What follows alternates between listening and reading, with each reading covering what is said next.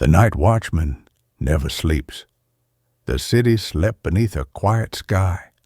Streetlights flickered over the empty roads, and only one man was still awake, the night watchman of the old factory, Thomas. Inside a small guard room, the dim glow of an oil lamp cast his shadow across the wall. The clock ticked steadily. The wind whispered through the broken window frame. On the desk sat a cup of cold tea and an old photograph. A young firefighter smiling brightly, his eyes full of life. Every night, when the world sank into dreams, Thomas would put on his worn coat, pick up his flashlight, and walk the grounds. He checked every gate, every door, every corner of the silent factory. It wasn't just the place he was guarding. It was something deeper, something that still lived in the quiet ache of his heart. People in town called him the man who never sleeps. They wondered why an old man would stay up all night, year after year, watching over an empty building. But Thomas never explained. He just smiled, eyes distant as if looking into another time. One night, a paperboy named Liam stopped by, surprised to see him still awake. "Don't you ever get tired, Mr. Thomas?" The old man chuckled softly, his voice rough but kind. "Of course I do. But if I sleep, who will keep watch so others can rest?" Liam looked around. The factory was mostly abandoned, a relic of the past. Yet every night, Thomas still walked his rounds as if guarding something precious. "Do you get paid for it?" Liam asked innocently. Thomas shook his head. "I do it for someone. My son was a firefighter. He died here in a fire 10 years ago. Since then, I've been keeping watch for him. This is where he fell.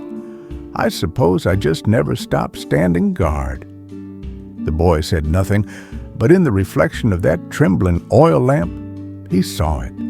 A quiet flame burning in the old man's eyes, one that neither time nor sorrow could extinguish.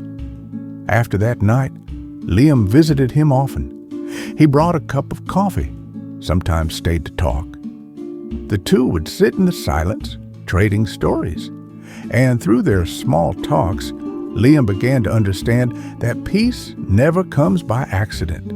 Someone, somewhere, always stays awake for it. One stormy night, thunder roared across the sky. Rain hammered the rooftops. The power went out, plunging the whole neighborhood into darkness. From his shelter at the bakery, Liam spotted a faint beam of light cutting through the rain. Thomas's flashlight. The boy ran after it, soaked to the bone. "Mr. Thomas, please go back inside. It's too dangerous." Thomas turned, smiling that same calm, tired smile. "If we're afraid of the dark, who will bring the light back?" They reached the power control room. The wind howled, lightning flashed. Thomas told Liam to stay back, then reached for the wet electrical switches. His hands trembled, but his resolve did not. Sparks burst, and then light. The lamps flickered back on, one by one, spreading warmth through the rain. Liam cheered, but Thomas only smiled faintly. "See? Light always returns as long as someone dares to turn it on." They walked back to the guard room. Thomas sank into his chair, breathing heavily. "Go home, lad," he whispered. "It's cold tonight." Liam hesitated, then nodded. As he turned to leave, he heard the old man murmur softly, "Thank you for the coffee." The next morning, the factory owner called. Thomas hadn't opened the gate. Liam rushed there. The door was slightly ajar. The tea on the table was still warm, the lamp still glowing. Thomas sat quietly in his chair, eyes closed, a faint smile on his lips. That evening, candles lined the street. The townspeople came to pay their respects. They spoke of the man who never slept, the one who guarded their peace without ever asking for anything in return. Later that night, Liam returned to the guardroom. He placed a fresh cup of coffee on the desk and sat in the old chair. Outside, the wind blew softly, but the lamp inside still burned steady and bright. And from that night on, when the city slept, another watchman kept vigil, not for duty, not for pay, but because a light, once kindled by one heart, had passed into another. Some people never sleep, so the rest of us can dream. And some lights only fade when they have finished lighting the world. Story: the dust that wanted to become a star. In a quiet corner of the vast universe, a tiny grain of dust floated in endless darkness. It didn't know where it came from, only that every night, when it looked up at the dazzling stars above, a strange longing stirred deep inside, the wish to shine just once like them. The stars glittered proudly, bathing the heavens in their own light. The dust, meanwhile, was barely seen, a forgotten speck adrift in space. How could something as small as me ever become a star? It wondered, but no doubt could silence the whisper of its dream. One day, the wind passed by, bold, untamed, eternal. The dust called out, "Please, take me with you. I want to reach the place where the light lives." The wind chuckled softly. "You are lighter than breath itself, yet you wish to touch infinity. I can carry you, but the journey is long and cold." "I am not afraid," said the dust, and so it let go and began its voyage across the universe.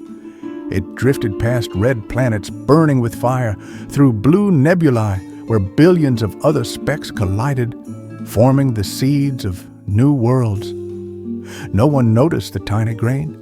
It was too small, too dim, too ordinary. Sometimes loneliness pressed heavy on its heart. It wondered if its dream was foolish, to want to glow in a place so vast where everything seemed brighter than itself.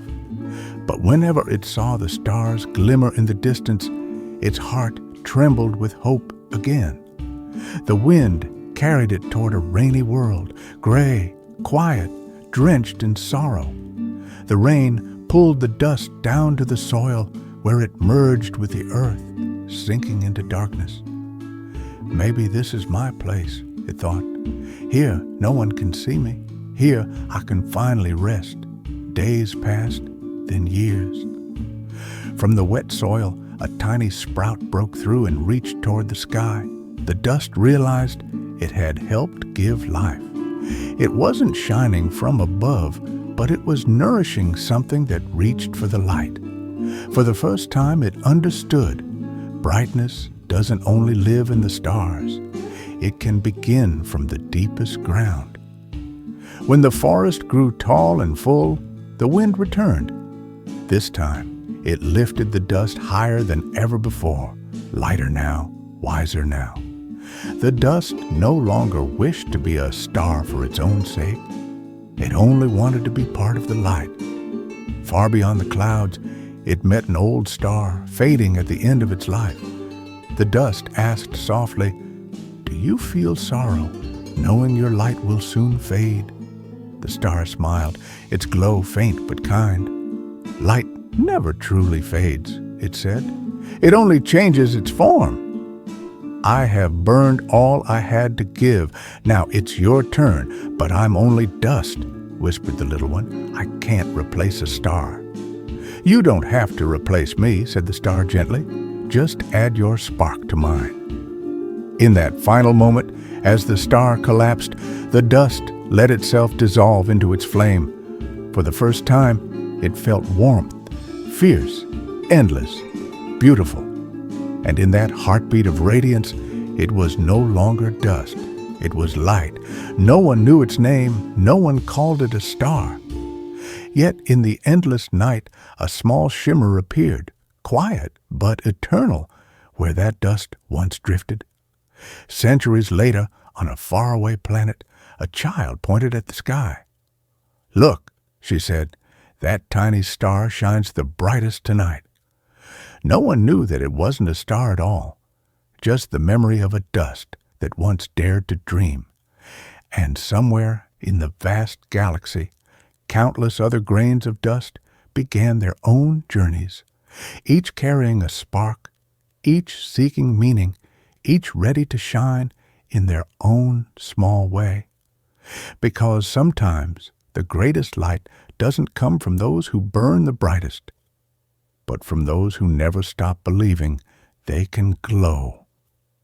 Final message.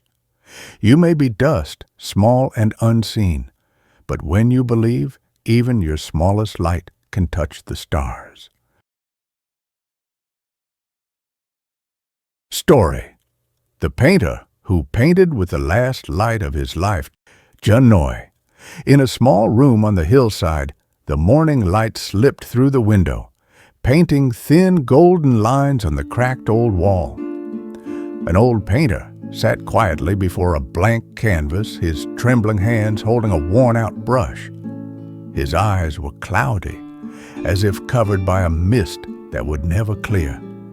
The disease had slowly taken his sight, and now the world faded into shadows. Only a faint glow remained, like a candle fighting its last breath. Yet deep within him, another light still burned. The light of art, of passion, of one final wish, to paint his last masterpiece, not for fame, but for his soul. Every day his young student came to visit.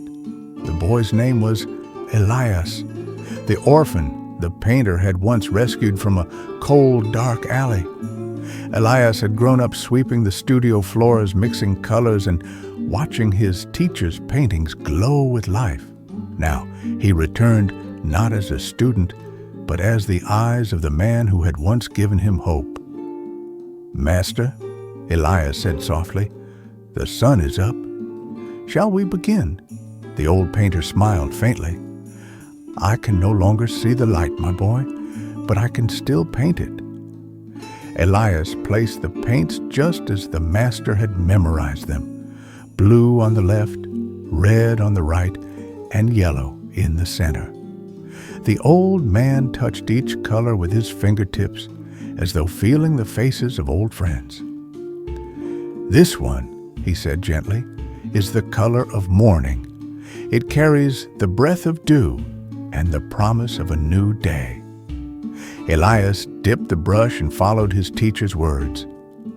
"And that red," the old man whispered, "that's the color of memory, the last warmth of the sun before it says goodbye."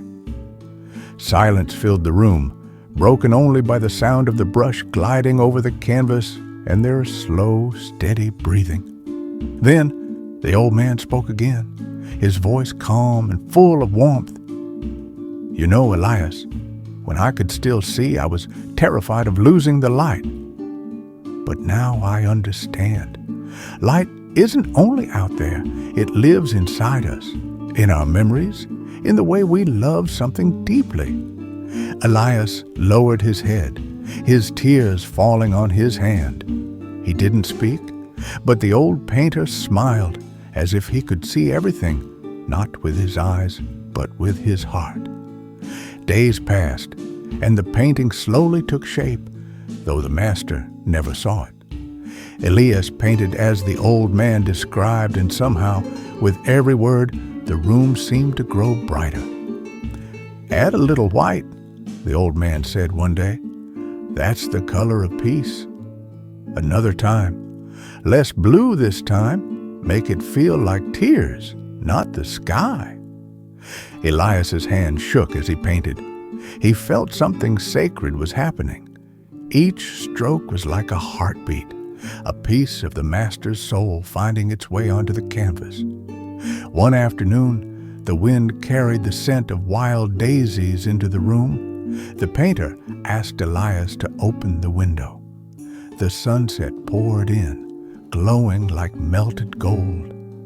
The old man lifted his trembling hand toward the light, letting it fall on his skin. "You see, Elias," he said softly, "sunset is beautiful because it knows how to say goodbye gently." Elias stood silently behind him, his chest tightening. "Today," the old painter whispered, "I think I will finish the painting." He asked for the brush again. "Now, my boy," he said, "mix me the color of faith." Elias froze. "The color of faith?" The old man smiled faintly. "It's a mix of everything. A little green for hope, a little yellow for kindness, and a touch of white for forgiveness." Elias mixed the colors and handed him the brush. The old man placed it on the canvas, moving slowly, carefully, as though writing his farewell in light. When the stroke was done, he lowered his hand and exhaled softly, like someone finally at peace. The last rays of sunlight touched his face, half light, half shadow. "Elias," he said, his voice weak but calm, "I've feared darkness all my life. But now I see true light never dies as long as there's someone to love and something to believe in." Elias grasped his hand, tears running freely now. "Master, the painting isn't finished." The old man smiled, eyes closed. "It's perfect, Elias, because the last light is you." That night, the painter passed away in his sleep, his face serene, still smiling. Elias sat beside the canvas all night. He didn't light a candle, only the moonlight filled the room. When it touched the painting, something magical happened. The colors glowed faintly as if alive. In the center was a soft ribbon of light, like dawn meeting dusk, both an ending and a beginning. Elias placed his hand on it and whispered, "Your last light has become my first." Years later, the painting was displayed in a museum under the name Light of the Last Breath. Visitors often said that when sunlight hit the canvas, the colors seemed to shine for real, as if the painter's soul was still alive within it. Some wept, others simply stood in silence, but all felt the same, that they were standing before something holy, where death had turned into a kind of life, and light continued to live on. And sometimes at sunset, people swore they could see a faint stroke of light across the sky, as if the old painter was still there, finishing his eternal masterpiece with the light that never fades. The last light in one's life is not the sunset. It is the light of the soul, illuminating the most beautiful things we have ever believed in. This story honors the spirit of human creativity and compassion. When art transcends the limits of the body and time itself, it becomes an eternal light that never fades.